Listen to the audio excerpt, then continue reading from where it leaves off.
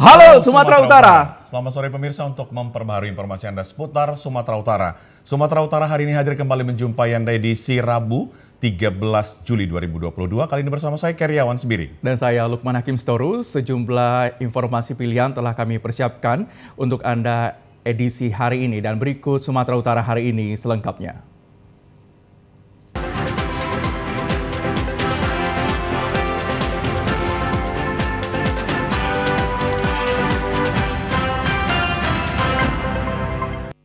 Pemirsa, Direktorat Reserse Narkoba Polda Sumatera Utara mengamankan sebanyak 30,8 kg sabu-sabu, 1.996 butir ekstasi, dan 10 kg ganja. Para tersangka tersebut merupakan sindikat jaringan narkoba Indonesia-Malaysia.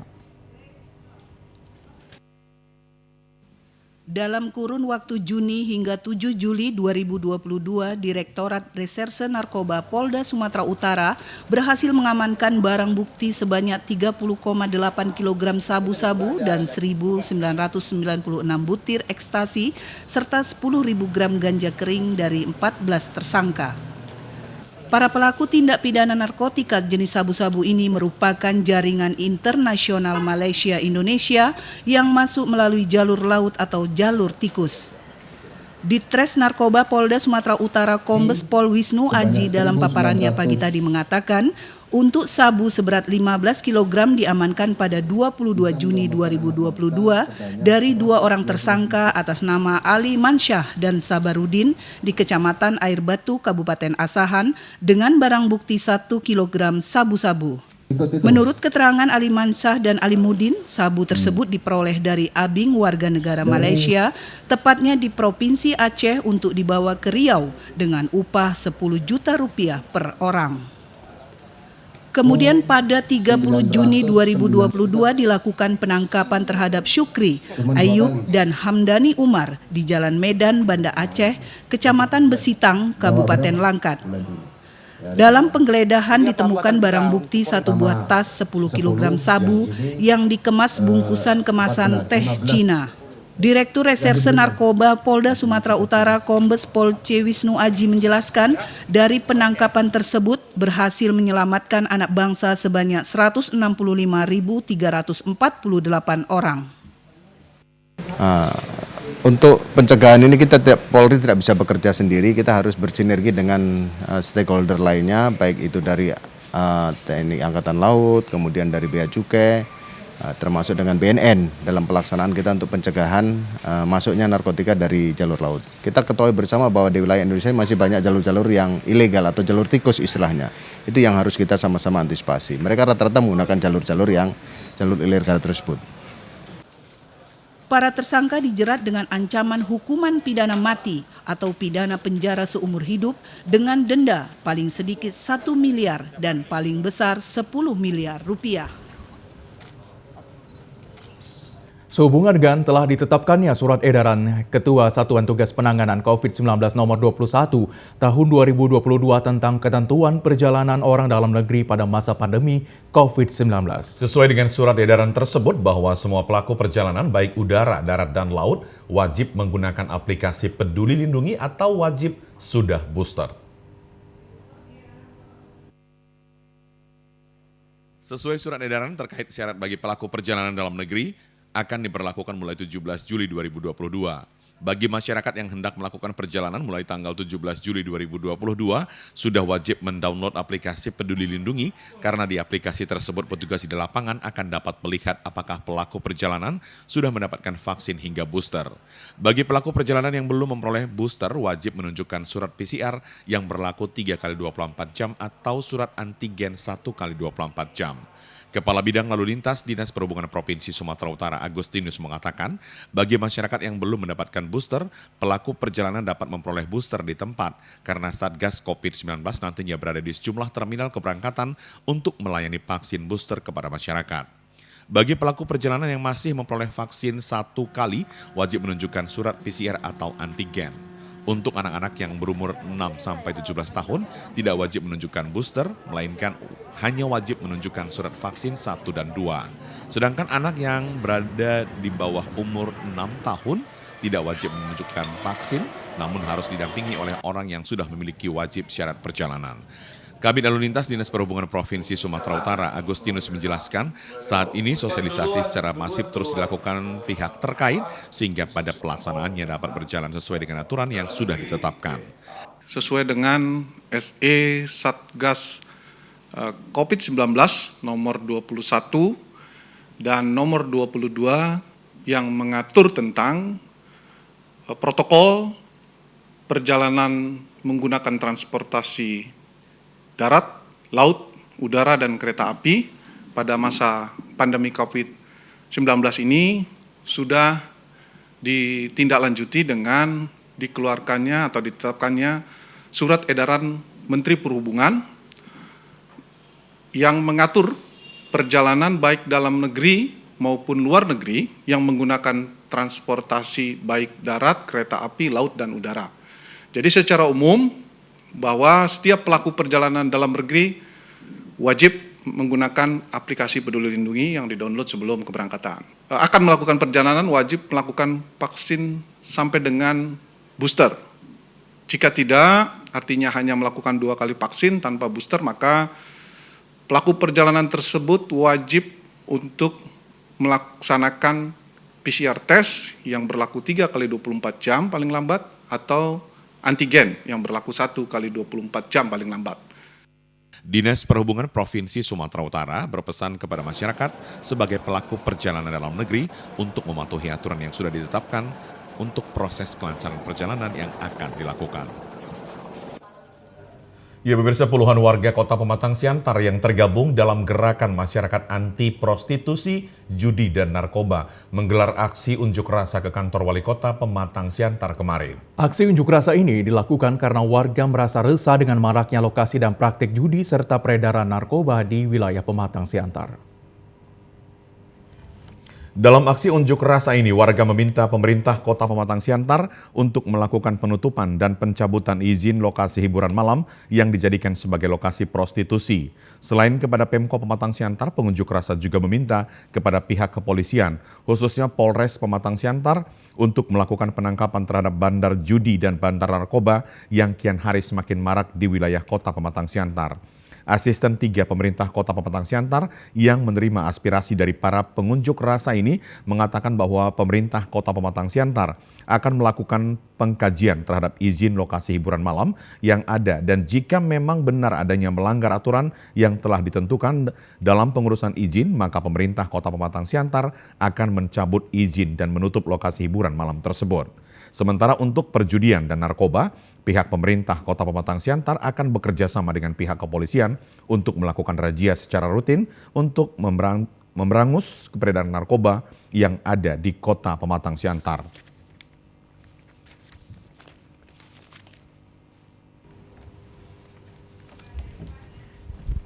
Usai jeda pariwara berikut ini, Sumatera Utara hari ini akan segera kembali. Tetaplah bersama kami.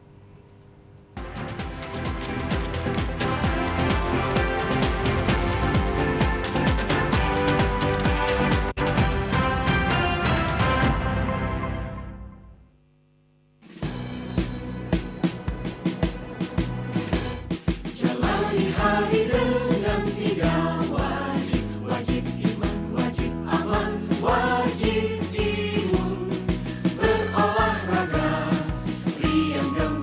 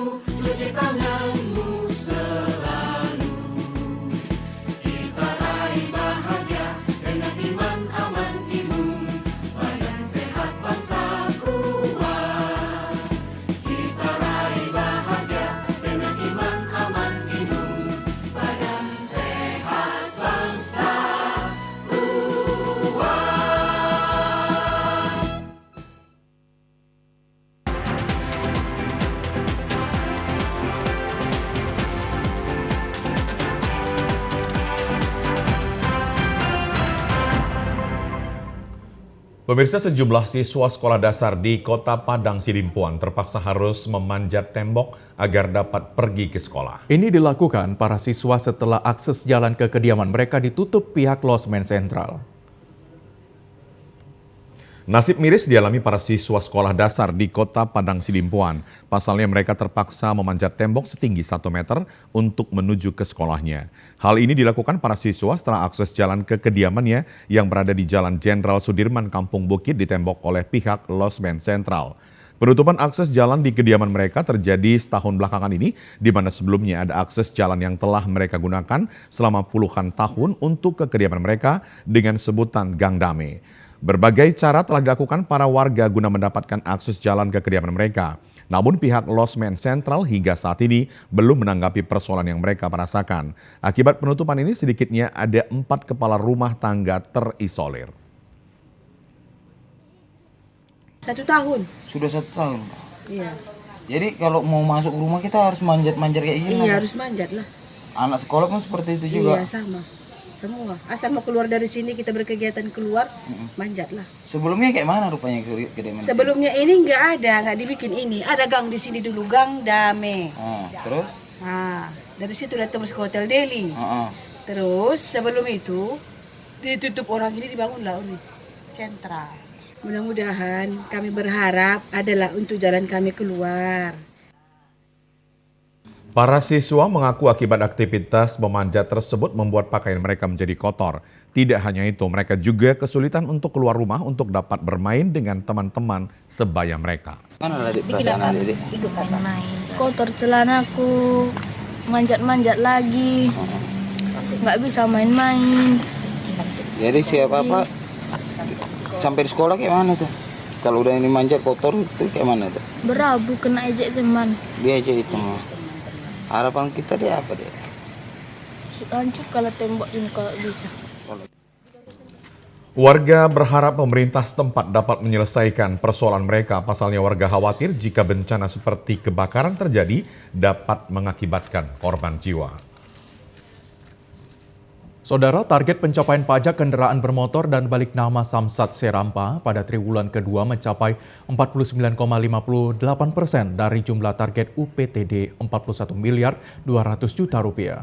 UPTD Serampah terus menghimbau kepada wajib pajak melalui door-to-door maupun komunikasi lintas instansi dalam menekan pencapaian target yang akan dicapai. Hal tersebut disampaikan Kepala Unit Pelaksana Teknis Pengelolaan Pendapatan Daerah Serampa Susi Haryanti kepada TVRI. Pada kesempatan pencapaian target PKB dan balik nama untuk triwulan kedua hingga bulan Juni 2022 ini, UPTD Serampa telah mencapai 49,58% atau 20 miliar lebih. Sementara untuk target UPTD sendiri berada di angka 41 miliar 200 juta. Untuk itu, Susi Haryanti bersama dengan tim lainnya melakukan program door-to-door langsung menjemput bola kepada masyarakat wajib pajak.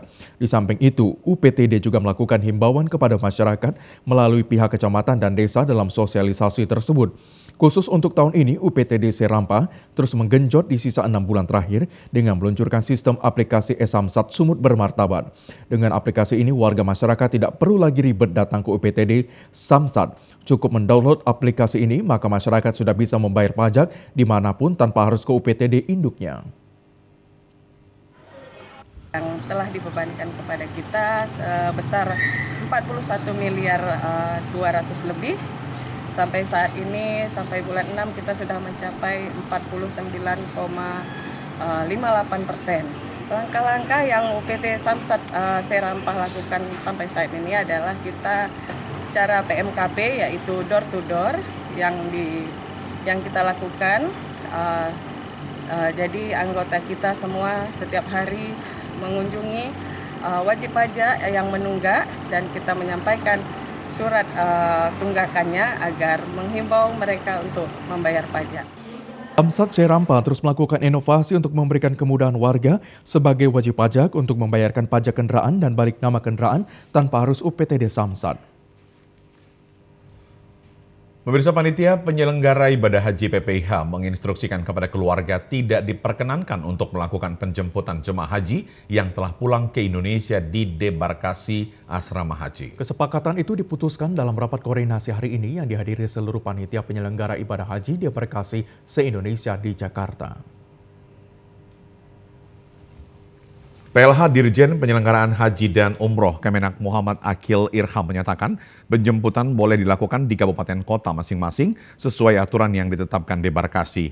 Kesepakatan lainnya, pihak debarkasi asrama haji nantinya akan mengatur pendistribusian koper para jemaah termasuk air zam-zam. Akil juga memastikan kondisi bus yang akan mengangkut jemaah haji layak jalan mulai dari bandara ke debarkasi maupun yang mengangkut jemaah dari debarkasi ke kabupaten kota. Hal ini agar menjadi perhatian khusus seluruh debarkasi agar seluruh barang bawaan jemaah dapat terdistribusi dengan baik.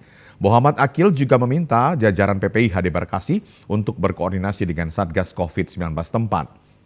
Jika para jemaah ada yang positif COVID-19 akan diisolasi berkoordinasi dengan Satgas COVID-19 di tiap daerah. Sebagai upaya antisipasi, jamaah akan dicek suhu badannya setibanya di debarkasi. Masa operasional haji 1443 Hijriah segera memasuki fase pemulangan. Seluruh debarkasi siap menyambut kedatangan jamaah haji yang akan mulai pada 15 Juli 2022. Usai jeda pariwara berikut ini, Sumatera Utara hari ini akan segera kembali. Tetaplah bersama kami.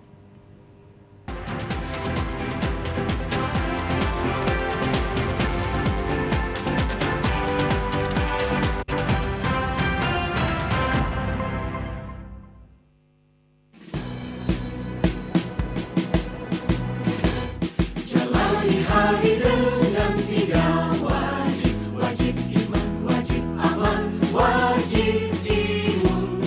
Berolahraga, riang gembira, mencegah kita jatuh sakit.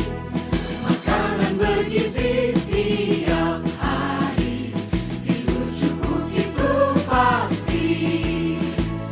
Dan janganlah panik, berdoa tiada henti. Wajib iman, aman, imun. Pakailah maskermu, jagalah jarakmu, cuci tanganmu selalu. Kita raih bahagia dengan iman, aman, imun. Badan sehat, bangsa kuat. Kita raih bahagia dengan iman, aman, imun. Badan sehat, bangsa kuat.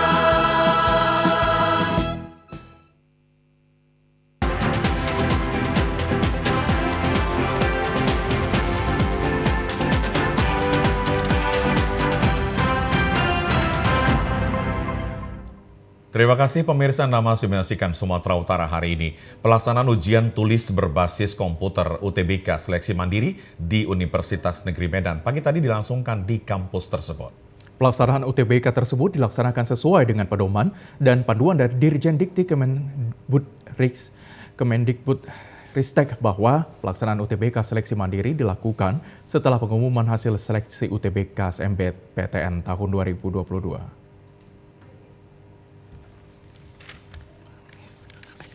Universitas Negeri Medan Syamsul Gultom mengatakan, untuk jumlah pendaftar dari jalur seleksi UTBK Mandiri tahun 2022 sebanyak 5.161 orang yang terdiri dari 3 kelompok ujian.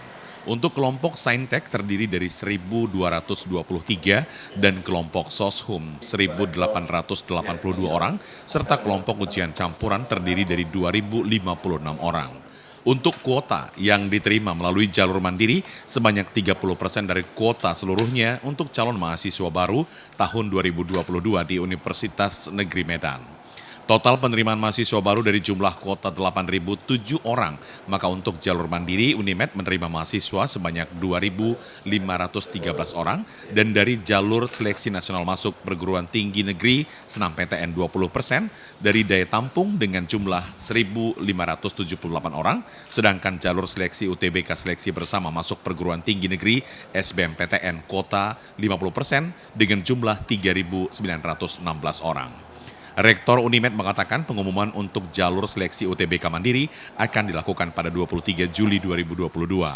Rektor Unimed menyampaikan untuk jadwal perkuliahan di Unimed untuk tahun 2022 akan dimulai pada 15 Agustus 2022. Sedangkan mekanisme perkuliahan sesuai dengan surat edaran Dirjen Dikti bahwa perkuliahan dilakukan dengan tatap muka dan dikombinasi dengan daring. Untuk prioritas mengikuti pembelajaran tatap muka adalah mahasiswa baru dengan jumlah yang dibatasi. Karena sesuai dengan surat keputusan Menteri Pendidikan nomor 106 tahun 2021, hanya daerah yang khusus yang dapat melangsungkan PTM 100%. Pelaksanaan seleksi mandiri ini dilaksanakan setelah pengumuman hasil UTBK SBMPTN. Dan pengumuman ini nanti seleksi mandirinya akan dilakukan selambat-lambatnya pada tanggal 31 Juli, tepatnya nanti pada tanggal 23 Juli.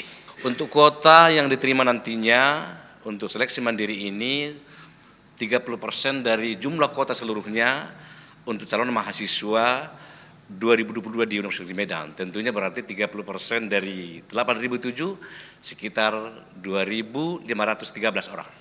Yang jelas kita mandiri karena kita kan tidak masuk SEM bersama untuk mandiri ini, kita tersendiri.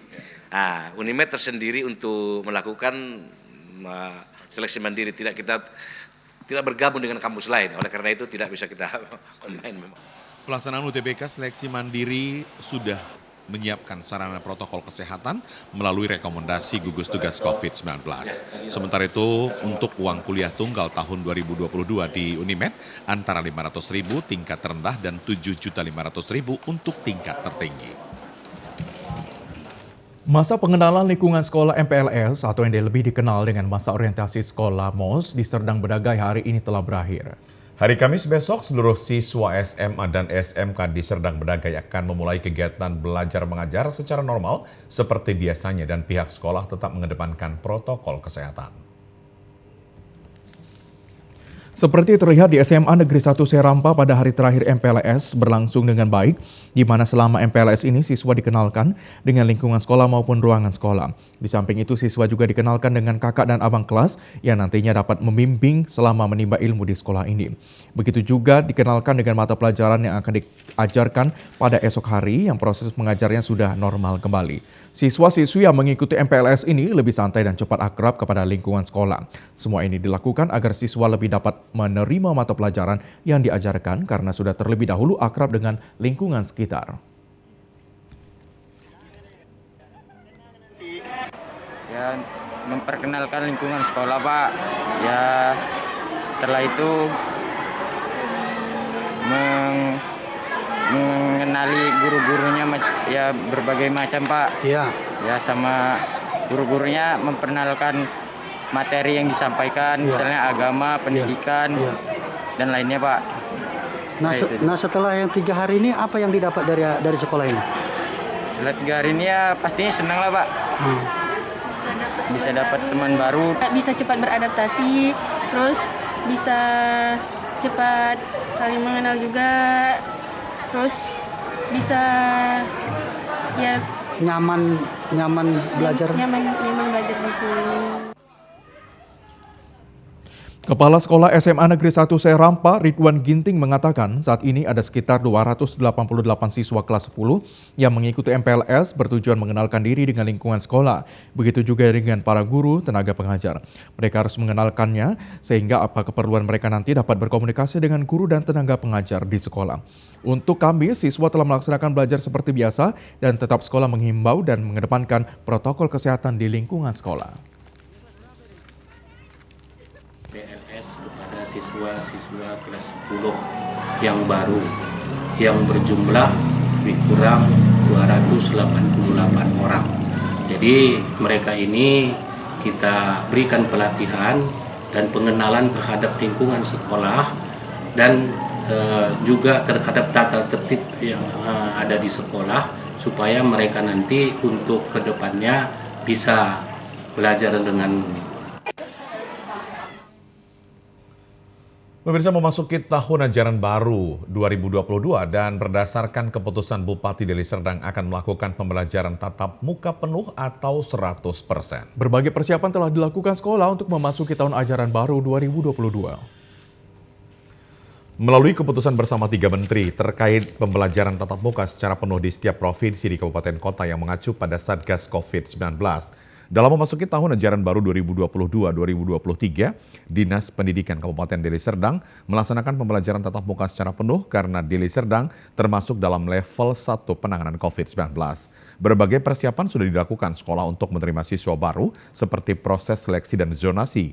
Kepala Sekolah Dasar Negeri 107417 Serampa, Kecamatan Tanjung Morawa, Nur Siam mengatakan, untuk penerimaan siswa baru hanya menerima 2 kelas dengan jumlah siswa 28 siswa dalam 1 kelas. Dalam proses pembelajaran juga harus mematuhi protokol kesehatan yang ketat. Hari ini saya beserta staf guru di SD 107417 Seimera mempersiapkan dalam penyambutan tahun pelajaran baru 2022-2023 dengan persiapan pembelajaran tatap muka. Jadi kami di sekolah sudah mensosialisasikan kepada wali murid bahwa sebelum berangkat ke sekolah, anak-anak sudah disiapkan mulai dari bekal untuk di sekolah, kemudian hand sanitizer, masker itu sudah disiapkan dari rumah. Korwilcam Bidang Pendidikan Kecamatan Tanjung Morawa, Tiguan Sigregar mengatakan seluruh satuan pendidikan di bawah pengawasan Dinas Pendidikan Kabupaten Deli Serdang akan melakukan pembelajaran tatap muka secara penuh. Untuk itu seluruh satuan sekolah besok tanggal 14 Juli 2022 wajib mengikuti protokol kesehatan baik itu menyiapkan sarana dan prasarananya guna pencegahan penyebaran COVID-19. Sesuai dengan edaran keputusan bersama 3 menteri, Menteri Pendidikan dan Kebudayaan, Riset dan Teknologi, Menteri Agama, dan Menteri Kesehatan, bahwa sudah boleh ketika daerah itu sudah masuk level 1, karena kita kan Kabupaten Deli Serdang, khususnya Kecamatan Tanjung Morawa ini kan masuk level 1, dan bolehlah dimasukkan belajar normal sebagaimana biasanya 100%. Seluruh guru-guru berharap pembelajaran tatap muka secara penuh dapat berjalan dengan baik karena pembelajaran secara daring tidak efektif dan kurang dipahami oleh siswa. Peran orang tua terhadap pendidikan anak sangat penting dan tidak bisa disepelekan karena pendidikan adalah modal utama yang harus dimiliki setiap individu agar dapat bertahan menghadapi perkembangan zaman. Peran aktif orang tua dalam pendidikan ini perlu didukung dengan komunikasi yang baik antara orang tua dan pihak sekolah, seperti orang tua yang terlibat di sekolah dasar akan menuai efek positif yang akan berlangsung seumur hidup anak. Seperti di SD swasta Yayasan Rumah Harapan Tobasa Sila Mosik Kecamatan Bonatua, Lunasi, Kabupaten Toba pada setiap tahun ajaran baru selalu melibatkan orang tua dalam memulai pembelajaran. Wakil Kepala Sekolah SD swasta Yayasan Rumah Harapan Tobasa Ririn Ayuningru mengatakan peran serta orang tua dalam dunia pendidikan anak untuk saat ini sangat diperlukan baik di lingkungan keluarga maupun sekolah. Untuk tahun ajaran baru saat ini, pemerintah telah mulai menerapkan sistem pembelajaran baru yaitu kurikulum merdeka yang lebih mengarah kepada kesempatan guru dalam mengembangkan kemampuan diri yang menuntut kreativitas seperti penggunaan media di sekolah. Saat ini kerjasama antara guru dan orang tua dalam pengembangan kreativitas anak didik sesuai dengan kurikulum merdeka yang diterapkan saat ini dapat dilakukan di sekolah maupun lingkungan keluarga. Guru dan orang tua mampu memberikan pengertian atau contoh bagi anak sebagaimana dalam menafsirkan atau memberikan pemahaman seperti tentang lingkungan hidup dan pekerjaan orang tua bagaimana dilakukan secara profesional untuk dicontoh. Mungkin kami mengundang beberapa orang tua untuk datang ke kelas dan mereka boleh menjelaskan bagaimana tentang pekerjaan orang tua, menjadi pekerja yang profesional, sehingga anak-anak pun boleh belajar juga dari orang tua mereka, walaupun itu di dalam kelas, seperti itu Pak. Ya, kami sangat senang menggunakan kurikulum merdeka ini, dimulai dari kelas 1 dan kelas 4, karena kurikulum ini memberikan kesempatan untuk guru-guru mengembangkan kurikulum sesuai dengan kemampuan. Jadi menuntut kreativitas dan juga penggunaan media untuk belajar di sekolah. Salah seorang orang tua murid, Sandra Haryanca, mengatakan sangat mendukung program sekolah yang melibatkan orang tua lebih peduli dan aktif dalam kemajuan pendidikan anak. Mengingat dunia pendidikan saat ini sangatlah membutuhkan dukungan dan dorongan dari orang tua yang selalu aktif dan peduli dalam perkembangan pendidikan anak. Saya selaku orang tua sangat mendukung dan sangat berterima kasih, terutama untuk peran serta kami orang tua paling utama dan juga Bapak Ibu guru di mana mereka dididik, terlebih untuk di sekolah kami ini, sekolah kami tercinta ini, sekolah dasar swasta Rumah Harapan Toba yang begitu luar biasa membangun karakter anak didik kami, anak-anak kami tercinta. Pemirsa, upaya menggalakkan stop bakar jerami sekaligus membantu petani dalam masalah kekurangan pupuk subsidi serta mahalnya harga pupuk kimia akhir-akhir ini, pihak Sarula Operation Limited bersama Dinas Pertanian Tapanuli Utara gencar melakukan sosialisasi dan pelatihan pembuatan kompos dari jerami dan bahan alami lainnya. Pelatihan serta sosialisasi ini dilakukan agar para petani terbebas dan tidak ketergantungan terhadap pupuk kimia yang harganya terus meningkat dan mengurangi mikroorganisme tanah.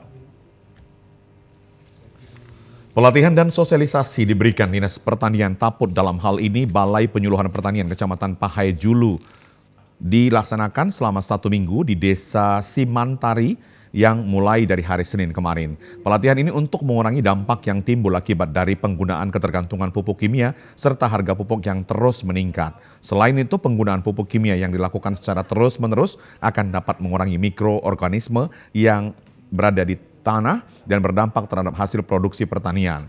Kepala Penyuluh Pertanian Kecamatan Pahai Julu, Joni Silitonga, menjelaskan bahwa selain dapat memperbaiki sifat fisik, kimia, dan biologi tanah, penggunaan bahan-bahan alami atau pupuk organik sangat membantu meningkatkan produksi tanaman sehingga dengan pupuk cair organik tersebut akan dapat melengkapi unsur mikro bagi pertumbuhan tanaman, terutama menjelang tanaman sedang berbuah dan yang akan dipanen.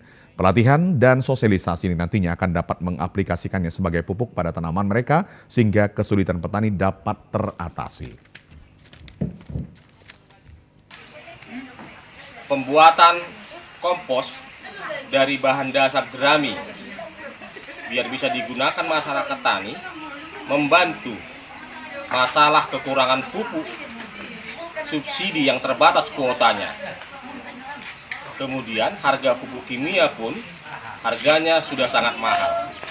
Salah satu solusi yang kami tawarkan adalah kita kembali membuat pupuk organik dari alam, bahan-bahan yang ada di sekitar kita.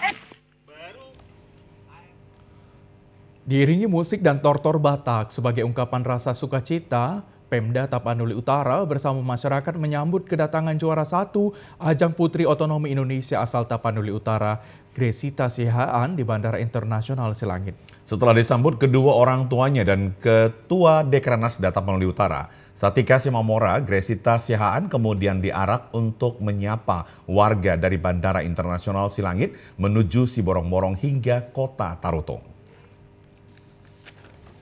Gresita Feni Yohana adalah alumnus Sekolah Vokasi Institut Pertanian Bogor, anak ketiga dari 4 bersaudara dari pasangan pendeta Beni Sihaan dan Mary Tampu Bolon, terpilih menjadi Putri Otonomi Indonesia tahun 2022 di malam puncak peringatan Hari Jadi ke-22 Asosiasi Pemerintah Kabupaten Seluruh Indonesia atau APKASI yang berlangsung di Bogor, Jawa Barat beberapa waktu lalu. Usai diarak, Gresita Feni Yohana Sihaan disambut Bupati Taput Nixon Ababan dan pimpinan Forkopimda serta tokoh adat dan tokoh agama Kabupaten Tapanuli Utara yang digelar di Sopo Rakyat Rumah Dinas Bupati Taput. Diharapkan atas prestasi yang telah diraih tersebut dapat menjadi inspirasi generasi muda di Sumatera Utara untuk bisa mengikuti jejak Gresita menjadi juara di tingkat nasional. Selain pernah menjadi juara 1 pada ajang pemilihan Putri Bona Posonggit pada tahun 2016 lalu, pada ajang pemilihan Putri Otonomi Indonesia tahun 2022 merupakan perwakilan pertama dari Sumatera Utara dari Kabupaten Tapanuli Utara, dan atas hal tersebut Gresita didaulat sebagai Wakil Menteri Dalam Negeri selama 1 hari di kantor Kemendagri di Jakarta yang berhasil menjadi juara setelah menyisihkan 11 finalis lainnya dari 100 kabupaten seluruh Indonesia yang masuk dalam babak grand final. Baik, pasti yang pertama saya ingin mengucapkan terima kasih atas doa dan dukungan dari Bapak dan Ibu Bupati Tapanuli Utara, Bapak Ibu Wakil, serta seluruh jajaran Pemkab dari Kabupaten Tapanuli Utara. Tentunya inilah hasil dari doa dan dukungan. Semoga saya bisa mengemban tugas dalam 1 tahun ini dengan penuh tanggung jawab dan tentunya tidak serta-merta kemenangan ini untuk membawa lebih luas lagi nama Tapanuli Utara, potensi di dalamnya, serta kemajuan UMKM untuk lebih ke depannya kita bisa mensejahterakan masyarakat Tapanuli Utara. Dengan prestasi yang telah diraih tersebut, Gresita diharapkan mampu mewakili generasi muda yang bisa memiliki pemahaman yang utuh terhadap pelaksanaan otonomi daerah ke depan, yang siap menerima tongkat estafet kepemimpinan nasional dalam koridor negara kesatuan Republik Indonesia dengan semangat Bhinneka Tunggal Ika. Ketulusan. Jadi untuk anak-anak muda semua bisa melakukan. Lakukanlah dengan tulus. Pasti akan terbuka jalan dengan baik. Dimanapun pasti akan Tuhan gerakkan itu untuk menolong engkau. Oke, Bu, makasih. Izin Bu, 1, 2, ya. Ya, pemirsa, informasi aktual lainnya akan kami hadirkan sesaat lagi. Tetaplah bersama kami.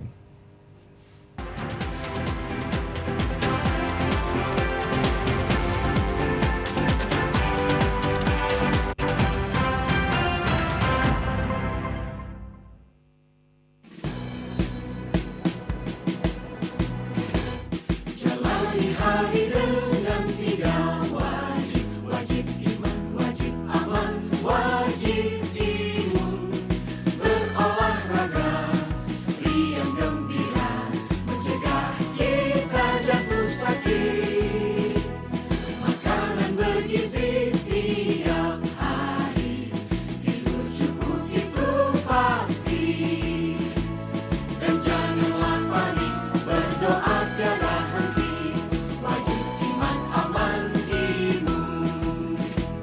Pakailah maskermu, jagalah jarakmu, cuci tanganmu selalu. Kita raih bahagia dengan iman, aman, imun, badan sehat, bangsa kuat. Kita raih bahagia dengan iman, aman, imun, badan sehat, bangsa kuat.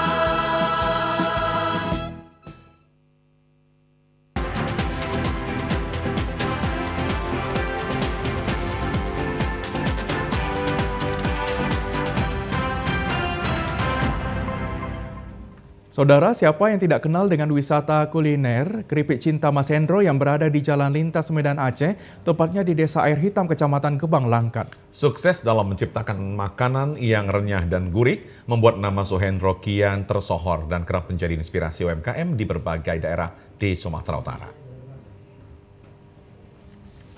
Sebagai seorang pengusaha, Suhendro akan terus mengeksplor seluruh kemampuan guna menciptakan produk makanan baru sesuai keinginan pasar.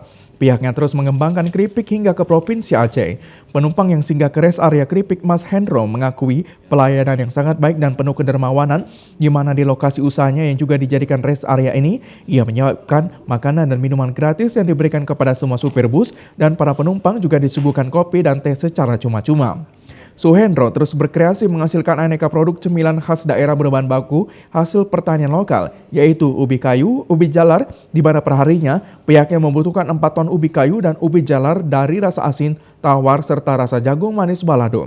Selain itu, di lokasi ini juga menyediakan keripik ubi jalar yang diproduksi dengan rasa asin dan keripik pisang, nangka, pisang kepok, pisang tanduk dilengkapi dengan jajanan camilan lainnya. Keripik Cinta Mas Hendro, sebuah usaha kecil menengah yang bergerak di bidang kuliner.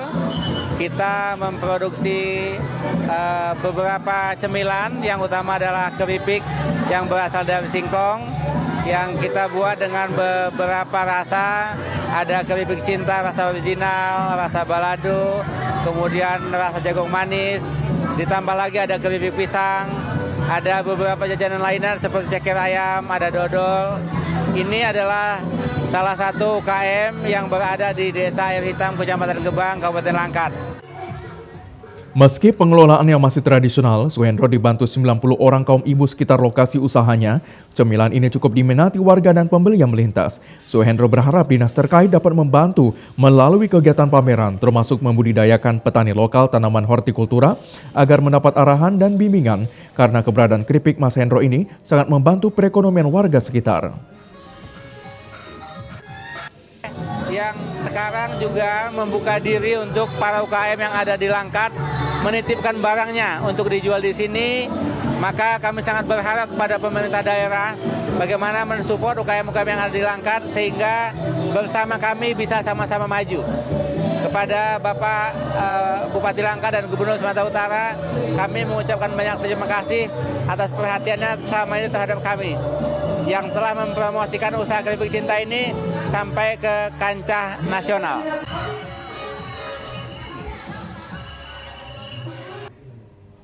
Pemirsa, penggiat lingkungan Sumatera Utara bersama Pemkab Deli Serdang berkolaborasi melakukan rehabilitasi lahan pasca longsor di Desa Rumah Kinangkung, Kecamatan Sibolangit, Kabupaten Deli Serdang. Kawasan ini merupakan kawasan hulu DAS atau Das Deli dan kawasan imbuhan mata air PDAM Tirtanadi di Sibolangit.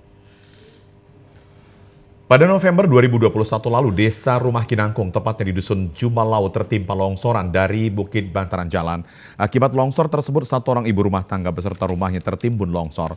Longsor juga menimbun satu rumah ibadah. Selain diakibatkan curah hujan yang tinggi, struktur tanah di lereng bukit juga terjal, serta kanan kiri jalan menuju Desa Kinangkung rentan longsor karena pohon penyangga dan penguat bantaran tebing sudah berkurang.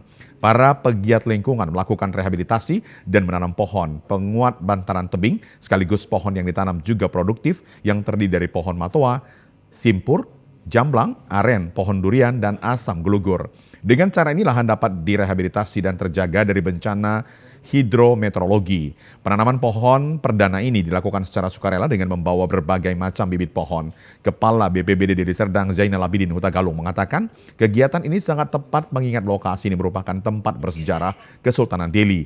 Ditandai dengan adanya makam Haji Idris yang merupakan leluhur penyebar agama serta budaya Islam di daerah ini. Kegiatan ini juga merupakan lanjutan dari posko BPBD Deli Serdang pada saat longsor terjadi, sekaligus sebagai apresiasi dalam rangka memperingati Hari Penanggulangan Degradasi Lahan dan Kekeringan Sedunia tahun 2022.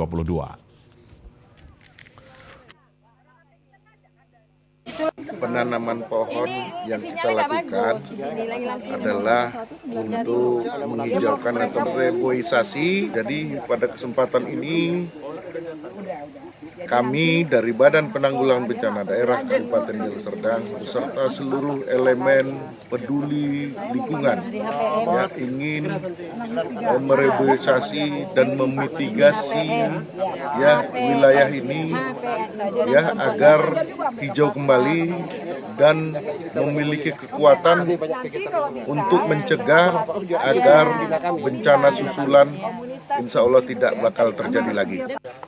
Jika kawasan yang rusak ini tidak segera dipulihkan, akan berdampak terhadap sumber air bersih di Kota Medan dan sekitarnya tidak akan mendapat pasokan air. Sekelompok pemuda kreatif yang tergabung dalam Naposo Nauli Bulung di Kabupaten Tapanuli Selatan berhasil menciptakan usaha yang menjanjikan. Para pemuda ini mengolah bambu dan barang bekas lainnya menjadi barang berseni dan juga bernilai tinggi. Kelompok pemuda kreatif yang tergabung dalam Naposo Nauli Bulung, Kuriaan Muara Tais, Kabupaten Tapanuli Selatan, setiap harinya berkumpul untuk membuat beragam hiasan. Dengan memanfaatkan bambu, lem, dan barang bekas lainnya, para pemuda ini berhasil membuat hiasan yang memberi keuntungan secara finansial. Awalnya mereka hanya mencoba-coba karena banyak waktu yang luang di masa pandemi. Namun siapa sangka hasil kerja keras mereka membuat beragam hiasan seperti tempat tisu, tas jinjing atau kandangan anyaman, miniatur kapal hingga kalender Batak Angkola ternyata mampu menarik perhatian pembeli. Dengan harga mulai Rp50.000 hingga Rp100.000, kreasi pemuda ini laris manis. Mereka berharap mampu meraup keuntungan ratusan ribu rupiah setiap minggunya. Untuk pembinaan dan pemasaran, para pemuda Naposo Nauli Bulung dibimbing pembina Naposo Nauli, Muara Tais Zulkarnain Dalimunte. Tentang pembinaan Naposo dan Nauli Bulung di Hakuriaan Muara Tais, ini kami sedang giat-giatnya melaksanakan berbagai kegiatan dalam masa pandemi seperti ini agar semangat kebersamaan dalam wilayah adat Dalian Natolu di Bondul Naupat tetap tidak tergerus dari berbagai hal-hal budaya positif, negatif yang datang dari luar, baik yang datang dari Hakurian sendiri.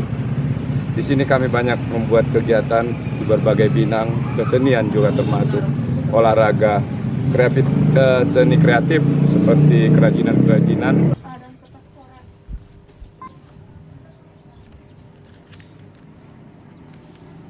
Pemirsa, pemerintah Kabupaten Karo bersama dengan jajaran Forum Komunikasi Pimpinan Daerah Kabupaten Karo mulai melaksanakan eksekusi dan penataan lahan usaha tani untuk warga pengungsi Gunung Sinabung di Desa Portibilama, Kecamatan Merek. Eksekusi dan penataan dilakukan dengan cara pembersihan lahan dengan menggunakan alat berat traktor untuk membersihkan lahan dalam bercocok tanam.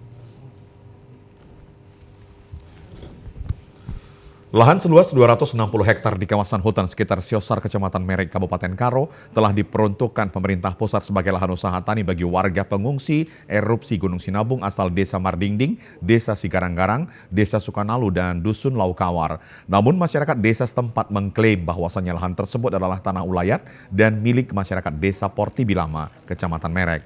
Setelah sosialisasi Pemkab Karo melakukan eksekusi dan penataan lahan, Dandim 0205 Tanah Karo Letkol Infantri Beni Angga menjelaskan, penataan yang dilakukan selama sebulan ke depan diminta kepada masyarakat Desa Portibilama, Kecamatan Merek untuk kooperatif dengan mematuhi hukum yang berlaku dan memberikan kompensasi kepada masyarakat Desa Portibilama yang sebelumnya sudah bercocok tanam.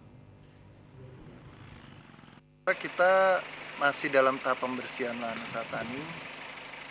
Karena ini baru kita awal, jadi kita masih berorientasi dulu untuk medannya, jadi sehingga belum terlalu luas yang baru kita dapat selama 2 hari ini. Nanti akan kita pelajari dan hari ini akan kita tambah alat berat untuk mempercepat proses pembersihan lahan. Lahan yang diberikan oleh pemerintah pusat ini diperuntukkan untuk pengungsi. Kami menghimbau kepada masyarakat Portibilama, bagi lahan-lahan yang sudah ditanami oleh masyarakat Portibilama, kita tidak menutup mata, kita akan memberikan kompensasi sebagai jerih payah lah, bukan ganti rugi, tapi jerih payah terhadap masyarakat yang sudah menanam.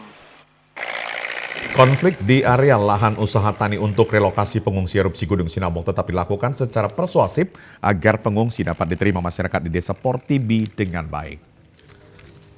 Sarung Sutera Mandar dan Ulos tidak luput dari kebudayaan Batak yang selalu berhubungan dengan adat istiadat seperti upacara adat dan pesta adat dalam kehidupan sehari-hari. Di berbagai acara budaya adat, orang Batak selalu mengenakan mandar ataupun ulos saat melaksanakan adat tersebut. Bahkan sering dijadikan sebagai cenderamata bagi tamu ataupun pejabat negara.